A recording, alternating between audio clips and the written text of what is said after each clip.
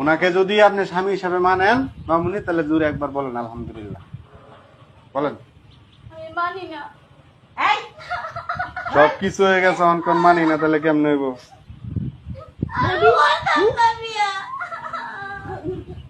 মারেন না, আর মারেন না। মেয়ের একে তো জোর করে বিয়ে দিতেছেন, বুড়া বুড়ার লগে আবার মারতেছেন। মারেন না মামুনি। জামাইয়ের অনেক টাকা পয়সা আছে, কান্নাকাটি করেন না। একদম চুপ, আমি যেটা করে শুনবি একদম নাই। মা তুমি পরে সারা জানলো কিন্তু আমি তারে বিয়ে করব।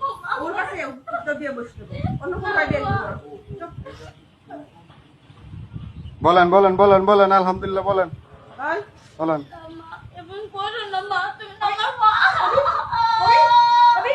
আরে আপনার একটু বুঝান না, দিকে তামসা দেখতেছেন, বুঝান একটু মেয়েটারে।